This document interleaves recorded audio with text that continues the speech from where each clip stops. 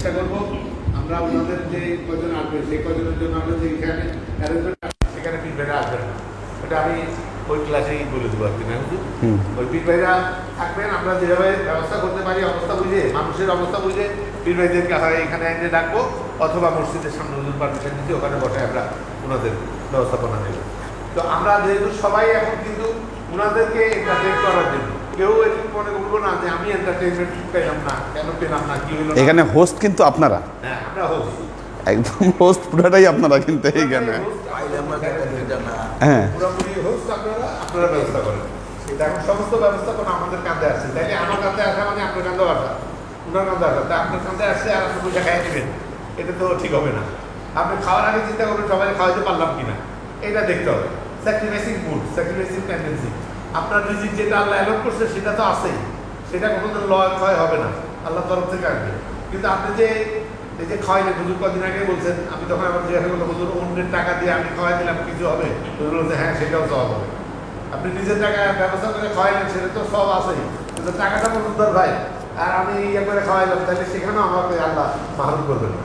তো সেই আমরা শনিবার সবাই চিন্তা করবো আজকে অর্জনের দিন, কি অর্জন করবেন, খেদমত অর্জন করবেন, খেদমত করতে চেষ্টা করবেন। বিবাহের একটা ব্যবস্থা করে নিচ্ছে যে মেয়েদের ওখানে শুধু পৌঁছায় দিয়ে আসবে। তো ইয়ং জেনারেশনদের সাথে বাবু তুমিও ব্যবস্থা করো, সন্ধ্যের সাথে আলাপ করে মানে ইব্রাহিমের সাথে আলাপ করে ওই দোতলায় খানাটা পৌঁছায় দিলাম।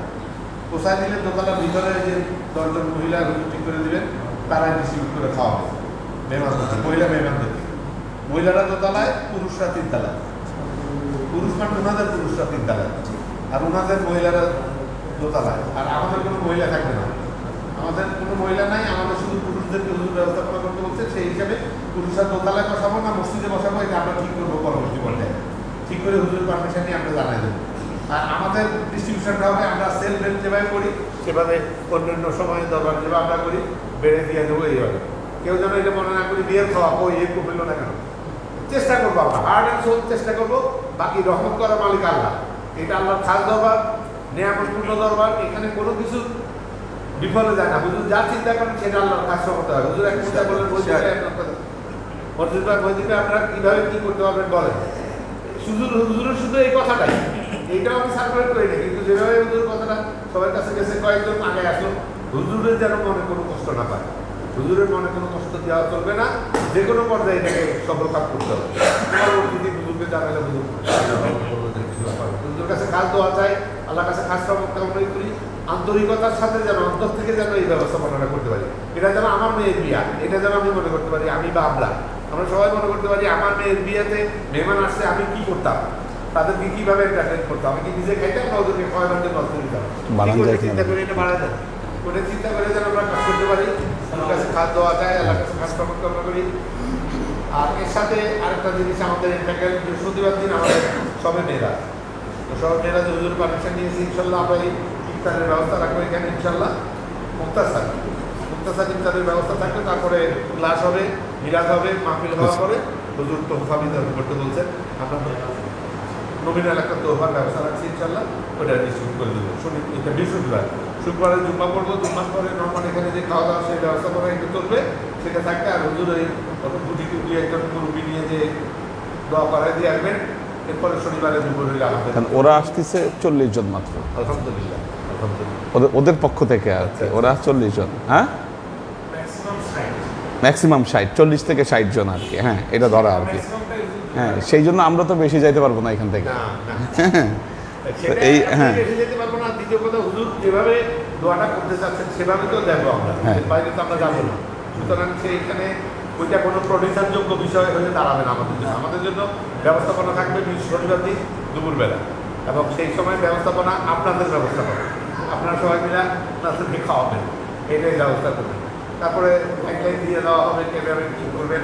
আপনারা যারা মোটামুটি দরবারে খেদমত করেন তারা সবাই থাকবেন, মা মুস্তাফা তোমরা যারা আসো, ছোটো ইয়ং ম্যান যারা আসো, তারা ম্যাক্সিমাম তোমাদের কাজটা হবে এই যে মহিলাদের ফিডিংটা দেওয়া, কারণ ভিতরে মহিলারা ডিস্ট্রিবিউট করবে, তোমরা খালি কারি ডিশ, রাইস ডিশ এগুলো আইনা দেবে এখান থেকে।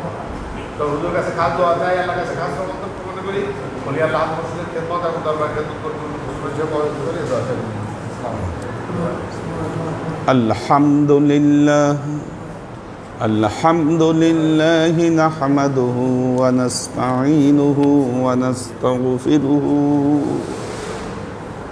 ونؤمن به ونتوكل عليه ونعوذ بالله من شرور أنفسنا ومن سيئات أعمالنا من يهد الله فهو المهتدي ومن يضلل فلن تجد له وليا مرشدا فنشهد أن لا إله إلا الله وحده لا شريك له ونشهد أن سيدنا وسندنا ونبينا محمدا صلى الله عليه وسلم فصلى الله تعالى عليه وعلى آله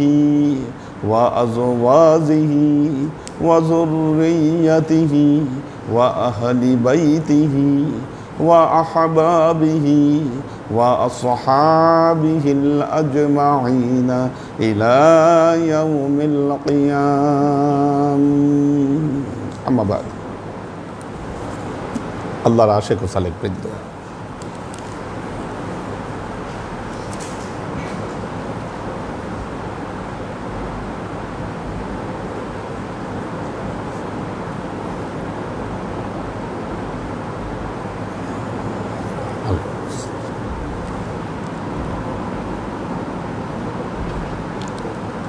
عن مالك بن صعصع أن نبي الله صلى الله عليه وسلم حدثهم عن ليلة الأسري بي আল্লাহর নবী যেভাবে মেরাজের রাতের বর্ণনা দিয়েছেন বাইনামা আনা ফিল হাতিম ওয়া রুবামা কলা ফিল হাজার মুজতাজিআন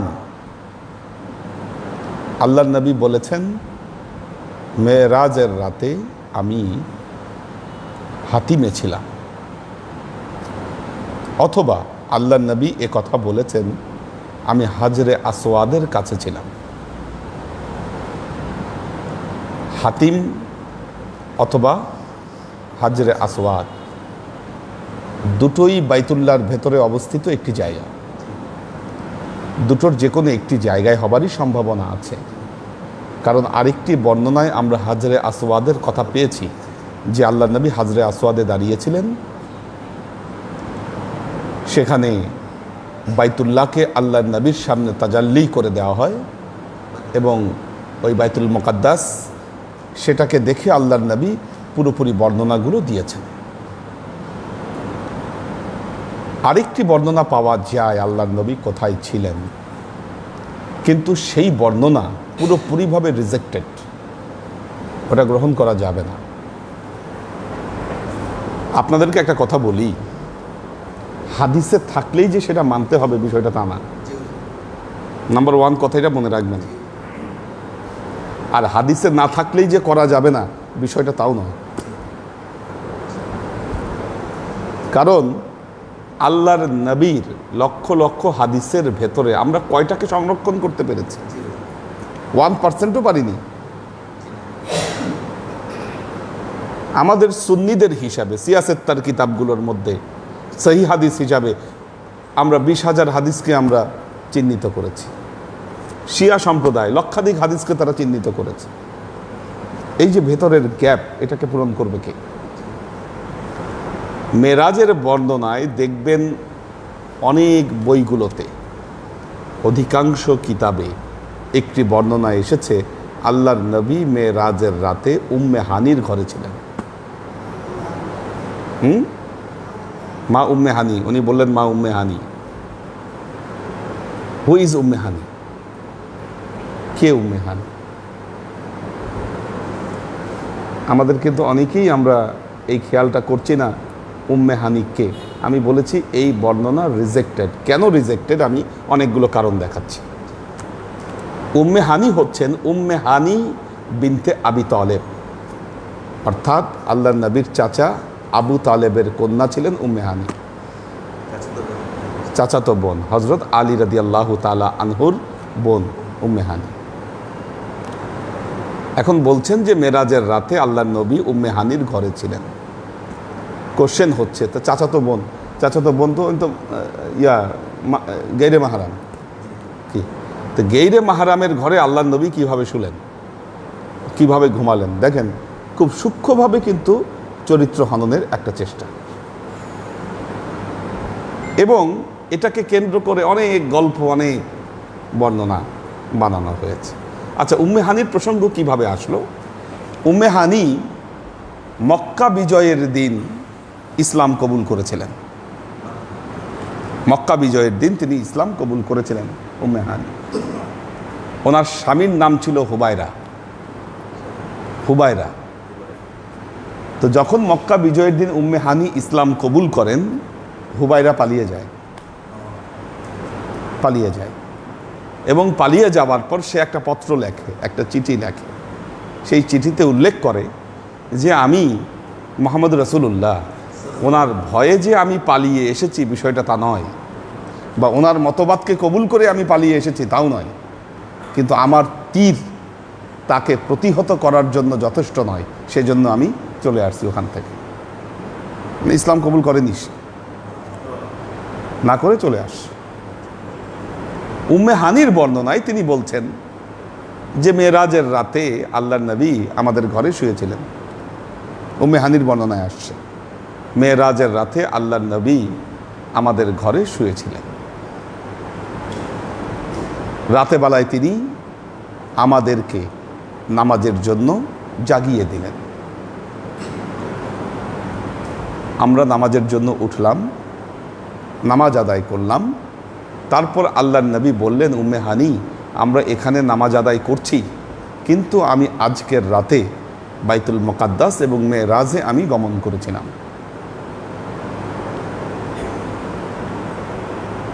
এ কথা বলার পর উম্মে হানি বললেন, আপনি এই কথাগুলো কুরাইশদের কাছে বর্ণনা করবেন না, তাহলে ওনারা আপনাকে ঠাট্টা বিদ্রুপ করবে। আল্লাহর নবী বললেন, না, আমি অবশ্যই বর্ণনা করব। এ কথা বলার পর আল্লাহর নবী যখন চলে আসতে গেছেন, উম্মে হানি আবার আল্লাহর নবীর চাদর ধরে টান দিছেন। এতে আল্লাহর নবীর পেটের একটা অংশ বের হয়ে আসছে। উম্মে হানি বর্ণনা দিচ্ছেন যে আল্লাহর নবীর পেট সাদা রেশমি কাপড়ের মতো পেট দেখা গেল আল্লাহর নবীর, এবং আল্লাহর নবী বললেন, আমি অবশ্যই বলবো, তারা আমাকে বিদ্রুপ করুক আর যাই করুক আমি বলবো। এখন দেখেন, যে উম্মে হানি মক্কা বিজয়ের দিন ইসলাম কবুল করেছেন, রাতে বেলায় উঠে তাহলে ইসলাম কবুল করার আগেই কিভাবে নামাজ আদায় করলেন আল্লাহর নবীকে নিয়ে? কি, আর যার স্বামী এত বড় সাচ্চা কাফের ছিল, সে কিভাবে নামাজ আদায় করলো? ওনার বর্ণনায় আমরা শব্দটা ব্যবহার করেছেন। এতে কেউ কেউ বলছেন যে না, এতে উম্মে হানির যে স্বামী তার সাথে ছিল, হুবায়রাও তার সাথে ছিল। কাজেই মেরাজের বর্ণনায় উম্মে হানির প্রসঙ্গ এটা আমাদের গ্রহণযোগ্য নয়, আমরা এটা গ্রহণ করব না। উম্মে হানি 46টি হাদিস বর্ণনা করেছেন। সেই হাদিসই আমরা গ্রহণ করতে পারি যার মধ্যে সমন্বয় খুঁজে পাওয়া যাবে, কিন্তু সমন্বয় যদি খুঁজে পাওয়া না যায়, বর্ণনা যদি এলোমেলো হয়, সেখানে এটাকে গ্রহণ করবার কোনো কারণ নেই। এমনও বর্ণনা এসেছে, দেখেন হাদিসগুলোতে এরকমও বর্ণনা এসেছে যে হুবায়রা আর আল্লাহর নবী নাকি আবু তালেবের কাছে উম্মে হানির বিয়ের জন্য পয়গাম পাঠিয়েছিলেন। মা খাদিজাকে বিয়ে করবার আগে বা নবুয়াত প্রাপ্তির আগে আল্লাহর নবী উম্মে হানিকে বিয়ের জন্য চাচা আবু তালেবের কাছে পয়গাম পাঠিয়েছিলেন, দুইজনই। তো আল্লাহর নবীর চাচা আবু তালেব আল্লাহর নবীর পয়গাম কবুল না করে হুবাইরার পায়গামকে কবুল করলো এবং হুবাইরার সাথে উম্মে হানির বিয়ে দিল। উম্মে হানির বিয়ে দিল। বিয়ে দেওয়ার পরে আল্লাহ নবী আবার জিজ্ঞাসা করলেন, চাচা আপনি এই কাজ করলেন, আমার সাথে বিয়ে না দিয়ে হুবাইরার সাথে বিয়ে দিলেন। তো আবু তালেব বললেন, আমি সম্মানিত ব্যক্তি, কাজেই সম্মানিত ব্যক্তির সাথে আমি উম্মে হানির বিয়ে দিয়েছি। তোমার মা বাবা নাই, কেউ নাই, তোমার কাছে কেন বিয়ে দিব? তো এই যে বর্ণনাগুলো, এর একটা অপচেষ্টা হচ্ছে উম্মে হানির সাথে আল্লাহর নবীর একটা প্রণয়ের সম্পর্ক ছিল, একটা প্রেমের সম্পর্ক ছিল, এবং উম্মে হানি আল্লাহর নবীর বিভিন্ন সৌন্দর্যের বর্ণনা দিয়েছেন, আল্লাহর নবীর হাসির বর্ণনা দিয়েছেন। এই বিষয়গুলো নিয়ে একটা পানি ঘোলা করার চেষ্টা করা।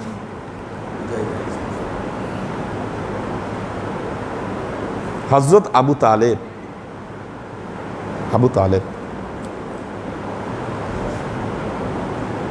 আল্লাহর নবীকে যেভাবে আশ্রয় দিয়েছেন, ইসলামের প্রাথমিক যুগে আল্লাহর নবীর পৃষ্ঠপোষক ছিলেন আবু তালেব। তিনি যেভাবে তাকে আগলে রেখেছেন সেটি বড় ব্যাপার। কাজী আবু তালেব সম্পর্কে বর্ণনা, এটাও আমাদের সতর্কভাবে নিতে হবে। যেমনিভাবে আপনারা জানেন মদ হারাম হওয়ার ঘটনায় কিভাবে হযরত আলীর নাম ঢুকিয়ে দিয়েছে, চিন্তা করেন। বুঝেন, বর্ণনা আসলেই, কিতাবে পেলেই ওটাকে গ্রহণ করা যাবে না, এটা মনে রাখতে হবে। হাদিসে আসছে এই ঘটনাগুলো, হাদিসের কিতাবে লেখা আছে। আরে কিতাব বড় না, আমার বিবেক বড়। কিতাবে লেখা থাকলেই আমি সেটাকে গ্রহণ করব।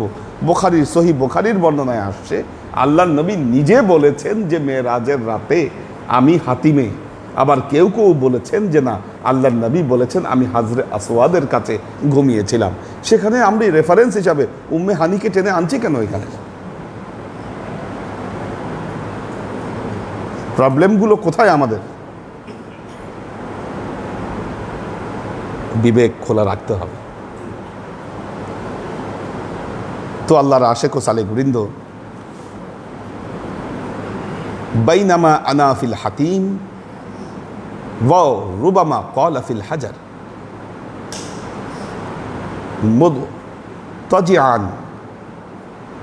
ঘুমন্ত অবস্থায় ছিলাম।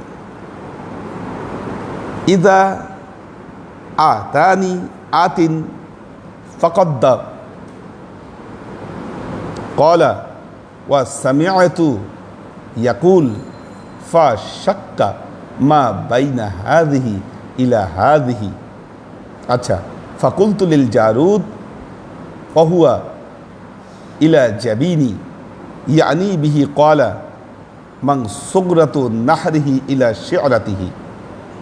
আচ্ছা, বিভিন্ন বর্ণনাকারী যেভাবে বর্ণনা করেছেন, এই বর্ণনাগুলোর বর্ণনাকারীর কয়েকজনের নাম এসেছে। কিভাবে বলেছেন যে সুগরাতান নাহরিন ইলা শি'রাতিহি ওয়া সামিআতুহু ইয়াকুলু মিন কাসবিহি ইলা শি'রাতিহি ফাখতাখরাজা কলবি। বর্ণনাকারীর বিভিন্নতায় কেউ কেউ বলেছেন জমজম কূপের কাছে নিয়ে গেলেন। জমজম, আল্লাহ নবীকে জমজম কূপের কাছে নিয়ে গেলেন। আরেকটি বর্ণনায় এসেছে একটা পাত্রের মধ্যে কোনো কিছুকে নিয়ে আসা হয়েছে, একটা পাত্র। আচ্ছা, ফাস্তাখরাজা কলবি, আল্লাহ নবী বললেন আমার কলব বের করা হলো। ফাস্তাখরাজা কলবি, সিনাকে সাক করা হলো, খুলে ফেলা হলো। ফাস্তাখরাজা কলবি, আমার কলবকে বের করা হলো। সুম্মা উতিয়াত বাতসাতা মিন জাহাবিন মামলুআতিন। এরপর আমার কাছে আরেকটি পাত্র নিয়ে আসা হলো। কিসের পাত্র? স্বর্ণের পাত্র। উতিয়াত বাস্তাতা মিন জাহাবিন মামলুআতিন। আইমা ঈমানান। দেখেন, সোনার পাত্র নিয়ে আসা হয়েছে, ওই পাত্রের ভেতরে ইমানের পানি পরিপূর্ণ ছিল। কথাগুলো সবই মেটাফোর। ফা গুসিলা কলবি, সেখানে আমার কলবকে ধোয়া হলো। সুম্মা হুশিয়া, ওটাকে পরিপাটি করা হলো। সুম্মা ও ঈদা, এরপর সেটাকে আবার যথাস্থানে সেট করে দেওয়া হলো। আমার কলব বিদীর্ণ করা হলো, সেখান থেকে কিছু বের করা হলো। প্রথমে একটা পাত্রে ধোয়া হলো, তারপর আরেকটি ঈমান দ্বারা পরিপূর্ণ একটা স্বর্ণের পাত্র নিয়ে আসা হলো, সেখানে আবারও সেটাকে ধৌত করা হলো এবং পরিপাটি করে সেটাকে যথাস্থানে ফিরিয়ে দেওয়া হলো, যথাস্থানে সেট করে দেওয়া হলো।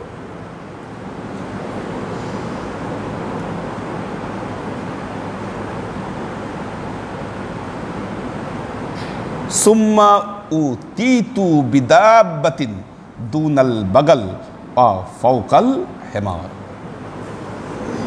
এরপর আমার কাছে একটা দাব্বা জন্তু,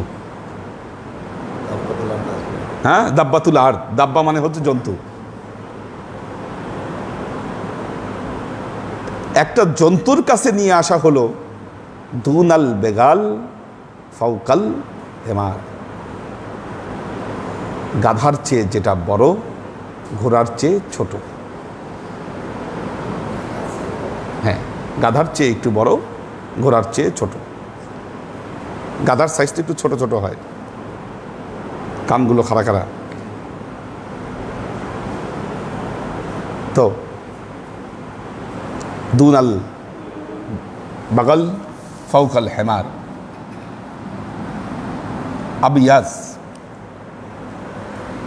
আবিয়াজ সাদা। কত স্পষ্ট বর্ণনা, সাদা। আচ্ছা, ফাকাল লাহুল জারুদ হুয়াল বুরাক, জারুদ হচ্ছে বর্ণনাকারীর নাম, তিনি বলছেন হুয়াল বুরাক, ওই জানের নাম হচ্ছে বুরাক। আচ্ছা, ইয়া আবা হামজা ক্বালা আনাস নাআম ইয়াদাউ খাতওয়াতাহু ইনদা আকসা তরফিহি। আরেকজন বর্ণনাকারী বলেছেন, আল্লাহর নবী এটা বলেছেন, ওই জান এক লাফে দিগন্ত পার হয়ে যেত, এত স্পিড এটার, অর্থাৎ দিগন্ত যত দূর দেখা যায় এক লাফে ওটা অত দূর পার হয়ে যেত।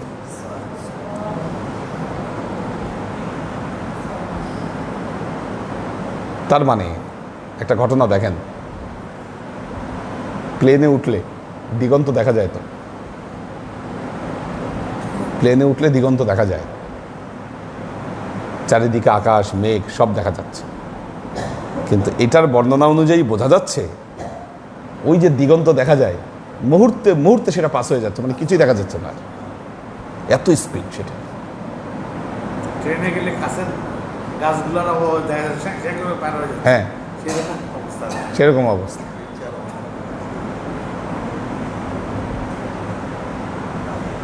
তো এখন তো অনেক স্পিডে ট্রেন বের হয়েছে, হ্যাঁ। তো খাতওয়াতাহু ইনদাল আকসা তরফিহি ফাহুমিলতু আলাইহি, সেটার মধ্যে আমরা চলে বসলাম। ফাং তলাকা বি জিবরাইল হাত্তা ইলা সামাইদ দুনিয়া, জিবরাইলও আমার সাথে উঠলেন, উঠে আমরা রওনা করলাম এবং দুনিয়ার আকাশে পৌঁছায় গেলাম। এই যে নীল আকাশ উপরে, ওখানে আমরা পৌঁছায় গেলাম। ফাস্তাফতাহা, আকাশকে খুলে দেওয়ার জন্য অনুমতি চাওয়া হলো, আকাশকে খোলার জন্য অনুমতি চাওয়া হলো। ফাকিল আমান হাজা, ভেতর থেকে জিজ্ঞাসা করলো রক্ষীরা, এটা কে? কলা জিবরাইল কলা জিব্রাইলু, জিব্রাইল আলাইহিস সালাম বললেন আমি জিব্রাইল। কলা ওয়ামাম্মা আকা, তোমার সাথে এইটা কে? কলা মুহাম্মদ, জিব্রাইল আমিন বললেন এটা মুহাম্মদ রাসূলুল্লাহ সাল্লাল্লাহু আলাইহি ওয়াসাল্লাম। কলা ওয়াকাদ উরসিলা ইলাইহি, তাকে কি এখানে পাঠানো হয়েছে, মানে পাশ আছে কিনা ঢোকার জন্য? কলা নাম, জিব্রাইল বলেন হ্যাঁ আছে। পাশ ছাড়া তো কেউ ঢুকতে পারবে না। রুহু নিয়ে ঢুকতে গেলেও সব রুহুকে তো ঢুকতে দিবে না, সব রুহু যেতে পারে না। লা তুফাত্তাহু লাহুম আবওয়াবুস সামা, আয়াতে আছে, কোরআনের আয়াতে আছে, আল্লাহ বলছেন কাফের মুশরিকদের জন্য আল্লাহ আকাশের দরজা খুলে দেন। তো মরে যাওয়ার পরও দরজা খুলছে না, যেগুলো পাপিষ্ঠ আত্মা। তো এখন জ্যান্ত মানুষ নিয়ে গেছে জিব্রাইল আমিন, মারাত্মক ব্যাপার। এখন জিব্রাইলের তো অনুমতি আছে। এখন আকাশের রক্ষীরা জিজ্ঞাসা করছে ওয়াকাদ উরসিলা ইলাইহি, ওনাকে কি ডেকে পাঠানো হয়েছে, মানে ইয়া আছে কিনা? জিব্রাইলের মতো এত বড় ফেরেশতা একজন জ্যান্ত মানুষ নিয়ে গেছে, এটা বিশাল ব্যাপার। তো তারপর জিজ্ঞাসা করতেছে, সিকিউরিটি চেক, এটা সিকিউরিটি চেক। ক্বালা নাম কিলা মারহাবাম বিহি ফানি'মাল মুজি, তো ফেরেশতারা বলে উঠলো মারহাবা মারহাবা, কি মারাত্মক ব্যাপার। হ্যাঁ, মারহাবা সুস্বাগতম, মারহাবাম বিহি ফানি'মাল মুজি, কতই না নিয়ামতপূর্ণ অতিথি উনি। ফানি'মাল মুজি।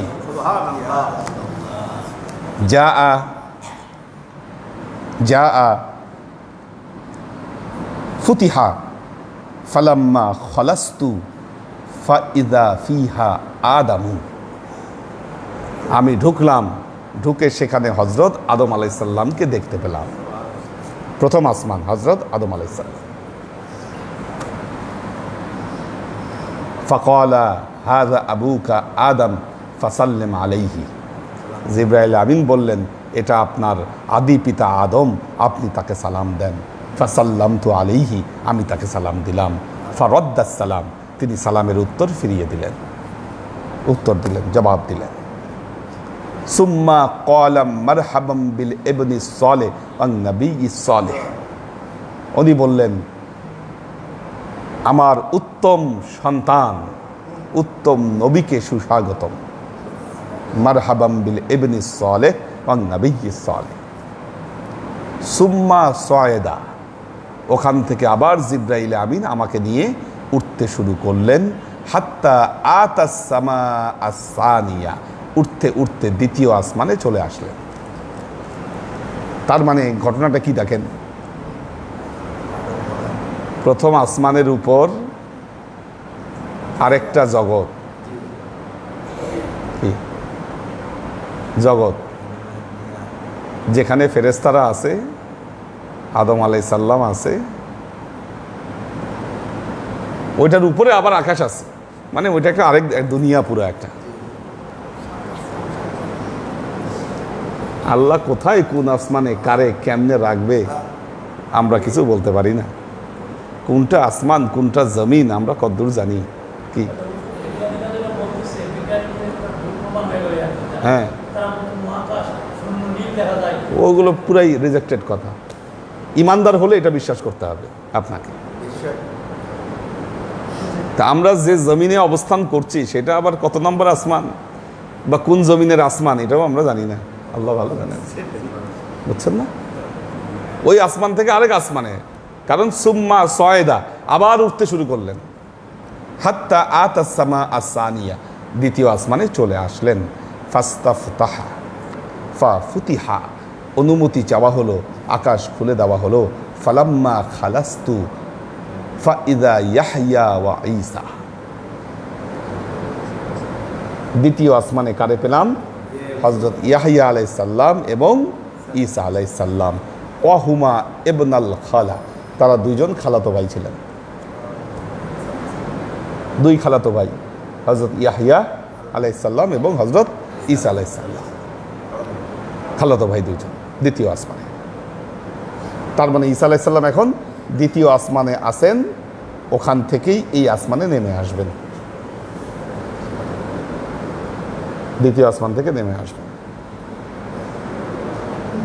ক্বালা হাযা ইয়াহইয়া ওয়া ঈসা ফাসাল্লিম আলাইহিমা, এদের দুইজনকে সালাম দেন। ফাসাল্লামতু, আমি সালাম দিলাম। ফারাদ্দা, তারা সালামের উত্তর দিলেন। সুম্মা ক্বালা মারহাবাম বিল আখিস সালেহ ওয়ান নাবিয়্যিস সালেহ, আমাদের উত্তম ভাই উত্তম নবীকে সুস্বাগত। সুম্মা সায়দা বি ইলা সামাইস সালিসা, এরপর আবার আমাকে নিয়ে তৃতীয় আকাশের দিকে উঠতে শুরু করলো। ফাস্তাফতাহা, অনুমতি চাইল। কিলা মান হাযা, জিজ্ঞাসা করা হলো এটা কে? ক্বালা জিবরাইল, জিবরাইল বললেন আমি জিবরাইল। কিলা ওয়া মান মাআকা, তোমার সাথে কে? ক্বালা মুহাম্মদ, ইনি হচ্ছেন মুহাম্মদ রাসূলুল্লাহ সাল্লাল্লাহু আলাইহি ওয়াসাল্লাম। কিলা ওয়াকাদ উরসিলা ইলাইহি, তাকে কি ডেকে পাঠানো হয়েছে? ক্বালা নাম, বললেন হ্যাঁ ডেকে পাঠানো হয়েছে। কিলা মারহাবাম বিহি, বললেন সুস্বাগতম। ফা নি'মাল মুজি, কতই না উত্তম পর্যটক তিনি, কতই না উত্তম অতিথি। জাআ বিহি ফা ফুতিহা ফালাম্মা খালাস্তু ইজা ইউসুফ, তৃতীয় আসমানে ঢুকে কাকে পাইলাম? হযরত ইউসুফ আলাইহিস সালামকে।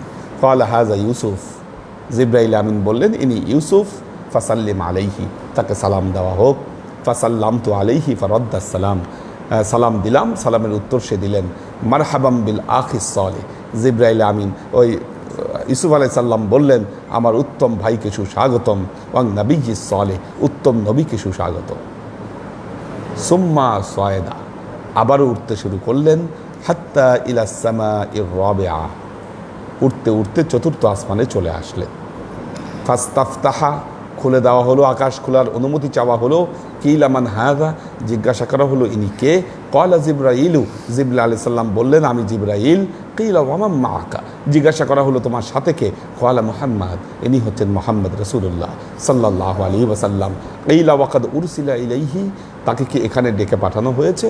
ক্বালা নাম, বললেন হ্যাঁ। কিলা মারহাবাম বিহি ফা নি'মাল মুজি, সুস্বাগতম, কতই না উত্তম অতিথি তিনি।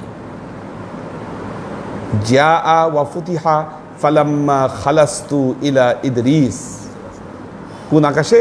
চতুর্থ আসমানে আমি হযরত ইদরিসকে পেলাম। ফাইদা হাযা ইদরিস ফাসাল্লিম আলাইহি, যাদেরকে দেখলেন দুইজন জীবন্ত অবস্থায় ঢুকে গেছে, ঈসা আলাইহিস সালাম আর ইদরিস আলাইহিস সালাম। একজন দ্বিতীয় আসমানে, একজন চতুর্থ আসমানে। এনারা দুইজন জীবন্ত অবস্থায় ঢুকে গেছে। একজন ফেরত আসবে, জি।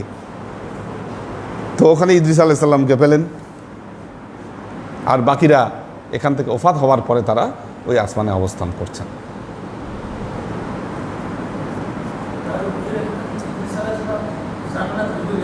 হ্যাঁ জি, তার মানে চতুর্থ আসমানে ওখানেও জান্নাত আছে, জান্নাত আছে। আচ্ছা,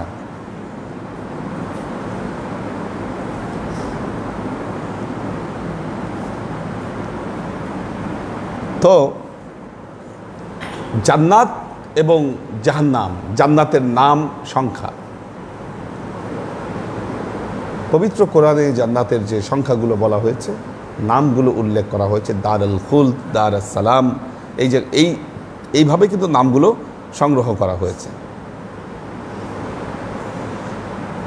ওয়ালাকাদ রাআহু নাজলাতান উখরা ইনদা সিদরাতিল মুনতাহা ইনদাহা জান্নাতুল মাওয়া। বোঝা গেল সিদরাতুল মুনতাহার পাশে হচ্ছে জান্নাতে মাওয়া, আল্লাহর আরশের সাথে লাগানো আবার ফেরদৌস। এইভাবে আর কি জান্নাত একটার উপর আরেকটা।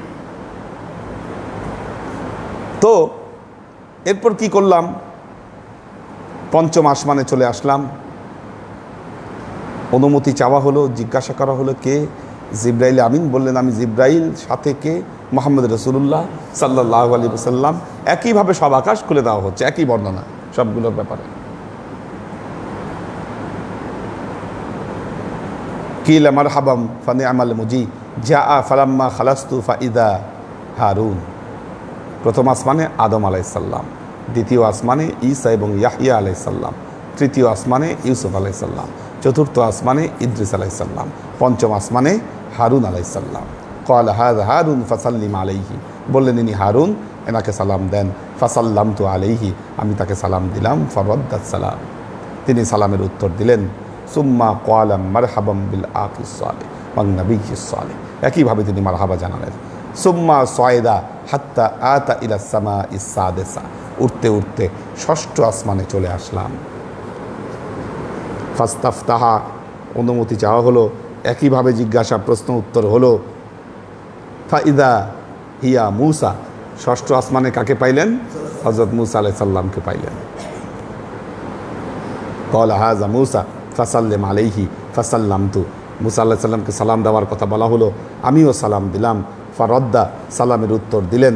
সুম্মা ক্বালা মারহাবাম বিল আখিস সালিহ ওয়ান নাবিয়্যিস সালিহ, একইভাবে তিনি সুস্বাগত জানালেন। ফালাম্মা তাজাওয়াজাত বাকা, কিন্তু ষষ্ঠ আসমান থেকে যখন চলে আসতে শুরু করলাম, মূসা আলাইহিস সালাম কেঁদে দিলেন, কান্না শুরু করলেন।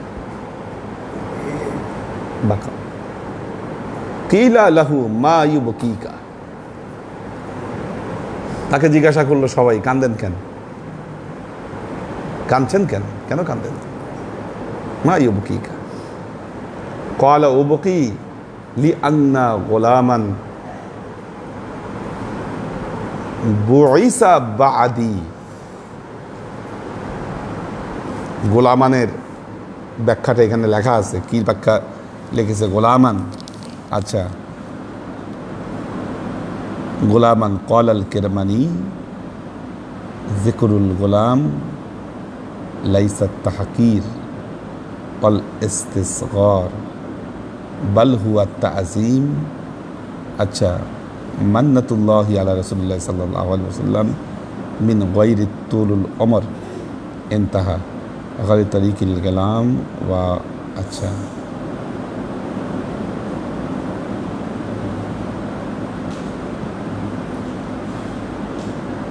আচ্ছা, গোলাম, দেখেন গোলাম শব্দটা তো নেগেটিভ শব্দ হয়। গোলাম মানে কি? গোলাম কেরমানি হাদিস ব্যাখ্যাকারী, তিনি বলেছেন এখানে গোলাম শব্দটি দাস অর্থে আসেনি, বরং গোলাম শব্দটি এখানে তাজিমের জন্য এসেছে। গোলাম মানে যারা বালক তাদেরকেও গোলাম বলা হয়, আরবিতে তাদেরকেও গোলাম বলে, বালকদেরকে। আসলে এখানে বলতে চাচ্ছেন যে এত ইয়াং ম্যান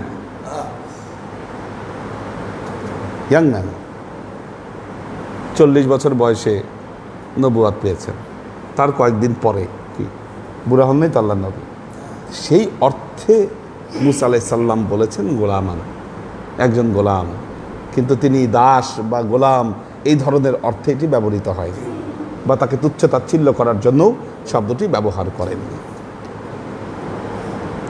একটি কথা বলেছি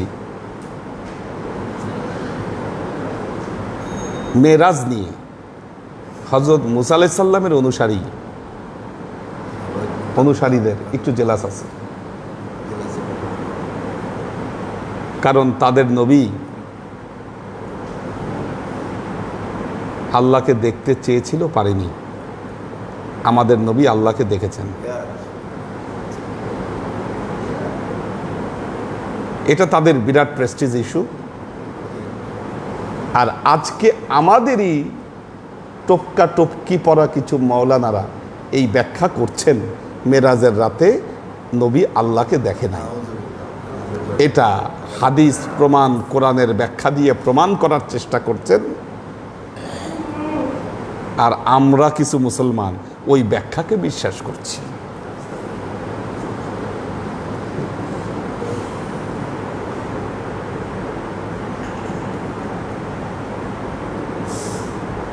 একটু আগে দেখলাম, আমি আসার আগেই একজন মাওলানা ওয়াজ করতেছে, নবী আল্লাহকে দেখে নাই।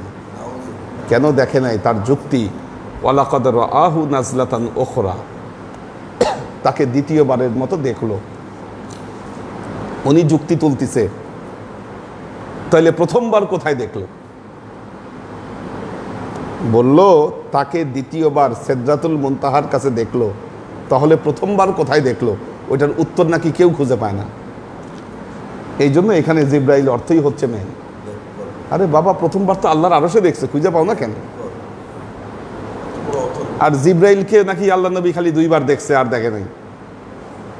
এগুলো অবান্তর কথাবার্তা।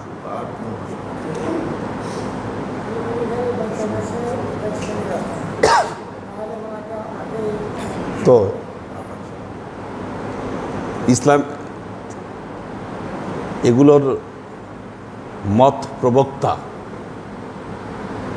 নির্দিষ্ট জায়গা থেকে এই সমস্ত কথার উৎপত্তি। আমরা বাপের জন্ম এগুলো কথা শুনিনি। আপনারা শুনছেন কোনোদিন এগুলো কথা? বলতেছে এটা প্রচলিত ভুল ধারণার অপনোদন, প্রচলিত ভুল ধারণার অপনোদন। তো প্রচলিত ভুল ধারণা কি?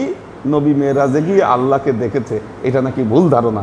আর এই ভুল ধারণার অপনোদনের জন্য আজকে সবাই উঠে পড়ে লেগেছে এই সমস্ত মুসলমানেরা।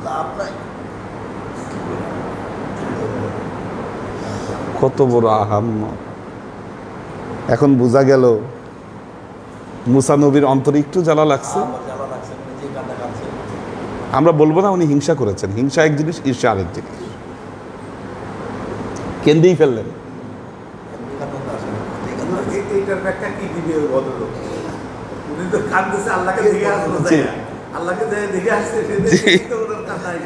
তো না, উনি কান্নার আবার কারণ ভিন্ন বলছেন। কান্নার কারণটা আবার এখানে ভিন্ন বলা হয়েছে। তো কি বলা হলো? মা ইউবকিকা, কিসে আপনাকে কান্দাচ্ছে? কলা উবকি। দেখেন বর্ণনা কিন্তু আল্লাহ নবীর মুখের বর্ণনা, এটা ডাইরেক্ট বর্ণনা। এটা মুসা আলাইহিস সালাম এই উত্তর দিয়েছেন, উবকি, আমি এই জন্য কাঁদছি, লি আন্না গোলামান বুইসা বাদি, একটা গোলাম, একটা ইয়াং ছেলে যাকে আমার পরে আল্লাহ পাঠালো। আচ্ছা, ইয়াদখুলুল জান্নাতা মিন উম্মাতিহি আকসারা মাই ইয়াদখুলুহা মিন উম্মাতি, অথচ আমার উম্মতের চাইতে এনার উম্মত অনেক বেশি পরিমাণ জান্নাতে প্রবেশ করবে। আমি এই দুঃখে কাঁদতেছি, আমার উম্মত এত পরিমাণ জান্নাতে প্রবেশ করতে পারবে না। আমি তো এত তাদেরকে কনভিন্স করতে পারলাম না, কিন্তু ওনার উম্মতের মধ্যে এত দলে দলে জান্নাতে ঢুকবে, এটা চিন্তা করে আমি কাঁদছি।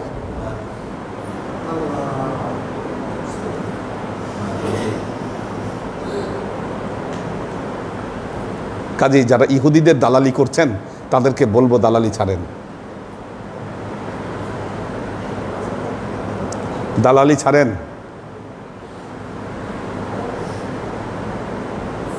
নবীর উম্মতের দলে আসেন। সামান্য টাকা পয়সার লোভে কোরআনের অপব্যাখ্যা করেন না, কোরআনের অপব্যাখ্যা করেন না।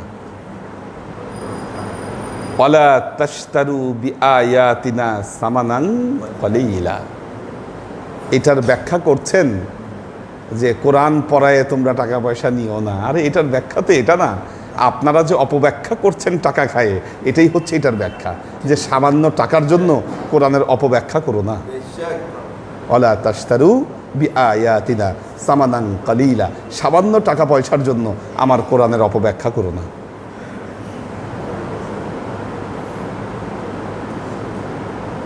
তো কান্না শুরু করলেন হযরত মুসা আলাইহিস সালাম। এরপরে সপ্তম আসমানে গেলেন, সপ্তম আসমান খুলে দেওয়া হলো, একইভাবে জিজ্ঞাসা করা হলো, কে? উত্তর দেওয়া হলো, এবং সেখানেও তাকে সুস্বাগতম জানানো হলো, নিআমাল মুজি ফালাম্মা খালাস্তু ফাইজা ইব্রাহিম। সপ্তম আসমানে হযরত ইব্রাহিম আলাইহিস সালাম আছেন, এবং তখন আবার বললেন ক্বালা হাযা আবুকা। দেখেন এখানেও আবু শব্দ, বাকি সব কিন্তু ভাই। আদম আলাইহিস সালাম বাবা, ইনিও বাবা, আবুকা।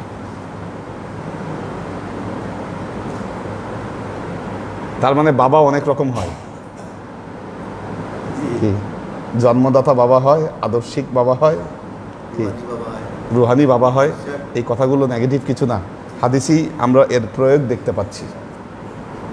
কি বাবা বললে কটাক্ষ করার কিছু নাই, বলতেই পারে। হাদিসের তো প্রয়োগটা দেখছেন আপনি, কি দুই জায়গায় শুধু বাবা শব্দটা ব্যবহার করলো। কি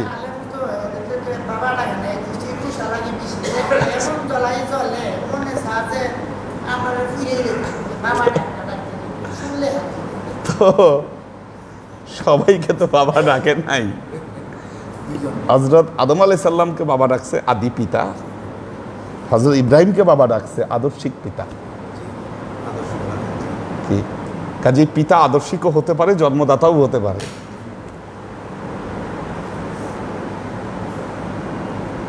হাজা আবুকা ফাসাল্লিম আলাইহি, তাকে সালাম দেন।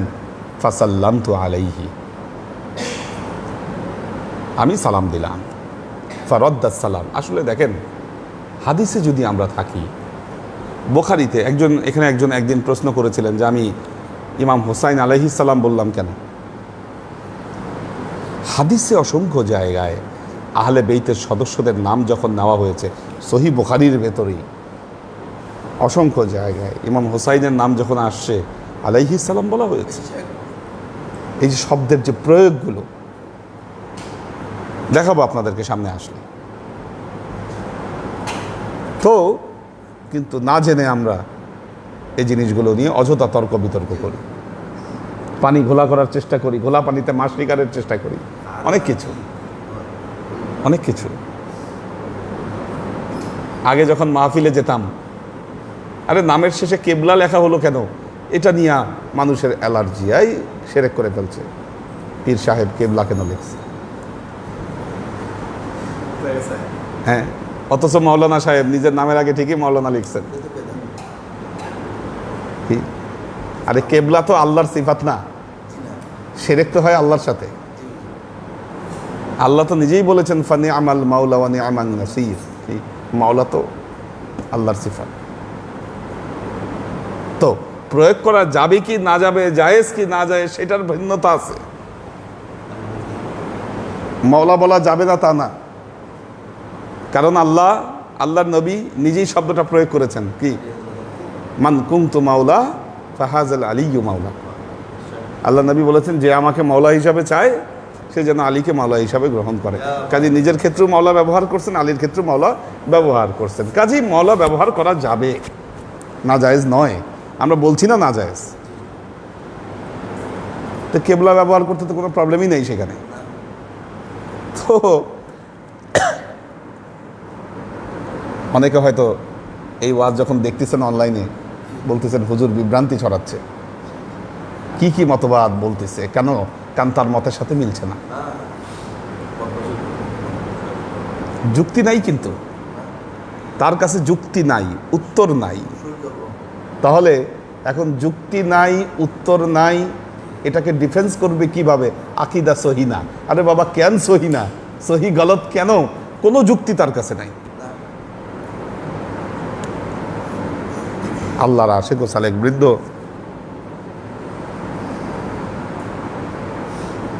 বদনাম না করে সামনে আসে, আল্লাহর আশিক ও সালেক বৃন্দ। সময় অনেক হয়ে গেছে, আসলে একটু শেষ করে দেই হাদিসটা, আর বেশি দূর মনে হয় নাই। আচ্ছা, নেক্সট ক্লাসই শেষ করব। একটু প্রায় চলে আসছে আমরা, হযরত ইব্রাহিম আলাইহিস সালাম পর্যন্ত আমরা বর্ণনায় এসেছি। দাও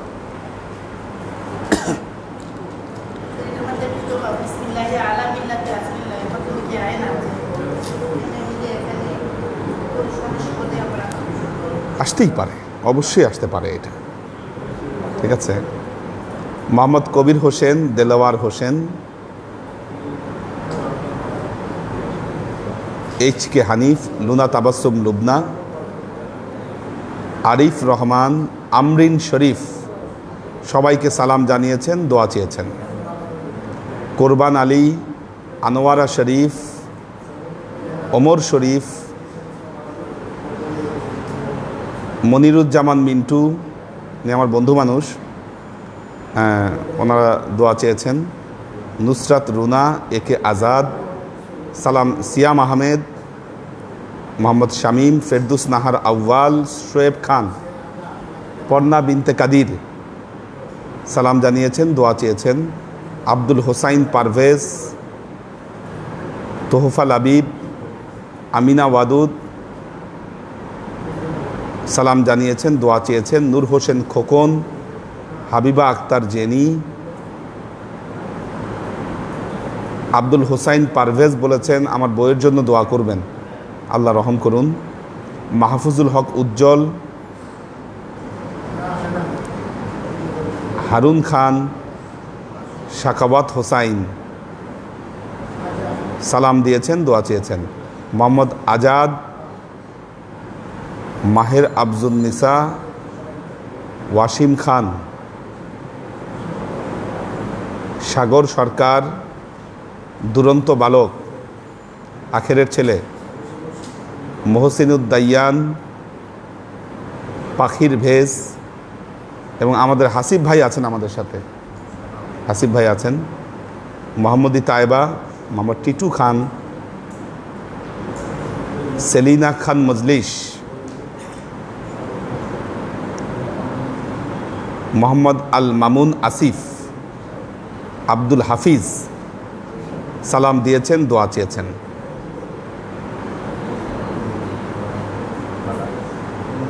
আজিম হোসাইন মিলাদ, আসসালামু আলাইকুম, KSA থেকে সাথে আছি হুজুর। কিংডম অফ কি KSA Saudi Arab, kingdom of Saudi Arabia, Saudi Arabia থেকে যুক্ত আছেন। আসমা আজিজ সালাম দিয়েছেন, দোয়া চেয়েছেন। আল্লাহ সবাইকে ভালো রাখুন, কবুল করুন। বারাকাল্লাহু লানা ওয়া লাকুম ফিল কুরআনিল আযীম ওয়া নাফা'ানা ওয়া ইয়্যাকুম লা আয়াতি ওয়া যিকরিল হাকীম ইন্নাহু তাআলা জাওয়াদুন কারীমুম মালিকুন বাররাউফুর রহিম। আল্লাহুম্মা আমিন। আল্লাহুম্মা সাল্লি আলা মুহাম্মাদিন ওয়া আলা আলি মুহাম্মাদিন কামা সাল্লাইতা আলা ইব্রাহিম ওয়া আলা আলি ইব্রাহিম ইন্নাকা হামিদুম মাজিদ। আল্লাহুম্মা বারিক আলা মুহাম্মাদিন ওয়া আলা আলি মুহাম্মাদিন কামা বারাকতা আলা ইব্রাহিম ওয়া আলা আলি ইব্রাহিম ইন্নাকা হামিদুম মাজিদ। রব্বানা যালামনা আনফুসানা ওয়া ইল্লাম তাগফির লানা ওয়া তারহামনা লানাকুনান্না মিনাল খাসিরিন। রব্বানা আতিনা ফিদ দুনিয়া হাসানা ওয়া ফিল আখিরাতি হাসানা ওয়া কিনা আযাবান নার। রব্বানা লা তুযিগ কুলুবানা বা'দা ইয হাদাইতানা ওয়া হাব লানা মিন লাদুনকা রাহমা ইন্নাকা আনতাল ওয়াহ্হাব। আল্লাহুম্মা ইন্নাকা আফুব্বুন তুহিব্বুল আফওয়া ফা'ফু আন্নী ইয়া গফুরুর রহিমুল ওয়াদুদ। আল্লাহুম্মা নাওবির কুলুবানা বিনুরিল ঈমান ওয়া নাওবির কুলুবানা বিনুরিল ইসলাম ওয়া নাওবির কুলুবানা বিনুরিল ইহসান ওয়া যায়্যিন আখলাকানা বিনুরি মুহাম্মাদিন সাল্লাল্লাহু আলাইহি ওয়া সাল্লাম। আল্লাহুম্মা ইন্না নাসআলুকা ইলমান নাফিআ রিজকান ওয়াসিআ আমালান মাকবুলা শিফাআন মিন কুল্লি দাইন কলবান খাশিয়া যিহনান যাকিরা ঈমানান কামিলা তাওবাতান ক্বাবলাল মাউত রাহাতান ইনদাল মাউত ওয়া নাজাতান বা'দাল মাউত। আল্লাহুম্মা ইন্না নাসআলুকা রাহমাতিকা ফি কুল্লি দারাজাতিন ফালাহিন ফি কুল্লি আমরিন ওয়া নাউযু বিকা মিনাশ শিরকি ওয়াশ শাক্কি ওয়ান নিফাকি ওয়াল বিদআতি ওয়া মিন কুল্লি ওয়াসওয়াসাতিশ শাইতান। ইয়া আল্লাহ, ইয়া রহমান, ইয়া মালিক, আমরা এতক্ষণ তোমার দরবারে যে সমস্ত আমলকে উপস্থাপন করলাম ত্রুটিমুক্তভাবে এই আমলগুলোকে তুমি আমাদের তরফ থেকে কবুল করে নাও। তুমি আমলের যাজা আমাদের প্রিয় নবী হযরত মুহাম্মদ মুস্তাফা সাল্লাল্লাহু আলাইহি ওয়াসাল্লামের কাছে পৌঁছে দাও। আল্লাহ, আমাদের নবীর পরিবারবর্গের কাছে তুমি এর যাজাকে পৌঁছে দাও। আমাদের নবীর সাহাবাই কেরামের কাছে তুমি এর যাজাকে পৌঁছে দাও। এই দুনিয়ার সমস্ত আম্বিয়াই কেরাম, সাহাবাই কেরাম, তাবেঈন, তাবেঈন, ওয়ালি আউলিয়া, গাউস, কুতুব, আমাদের মা বাবা, ভাই বোন, আত্মীয় স্বজন, এই দরবার থেকে যত পীর ভাই বোন চলে গেছে সবার রূপে আল্লাহ তুমি এর যাজাকে পৌঁছে দাও। তুমি তোমার হাবিবের ওসিলায় আমাদের সবাইকে কবুল ক্ষমা করে দাও। আমাদের জীবন থেকে সমস্ত অভাব অভিযোগ, বালা মুসিবত, দুঃখ কষ্ট, রোগ শোককে দূরভূত করে দিয়ে দৃঢ় হস্তে তোমার দ্বীনের খেদমতের তৌফিক তুমি আমাদেরকে দাও। আজীবন যেন তোমার হেদায়েতের পথে প্রতিষ্ঠিত থাকতে পারি সে তৌফিক তুমি আমাদেরকে দান করো। সুবহান রাব্বিকা রাব্বিল ইজ্জাতি আম্মা ইয়াসিফুন সালামুন আলাল মুরসালিন আলহামদুলিল্লাহি রাব্বিল আলামিন ওয়াজআল আখিরু কালিমাতিনা ইনদাল মাউত লা ইলাহা ইল্লাল্লাহু মুহাম্মাদুর রাসূলুল্লাহ সাল্লাল্লাহু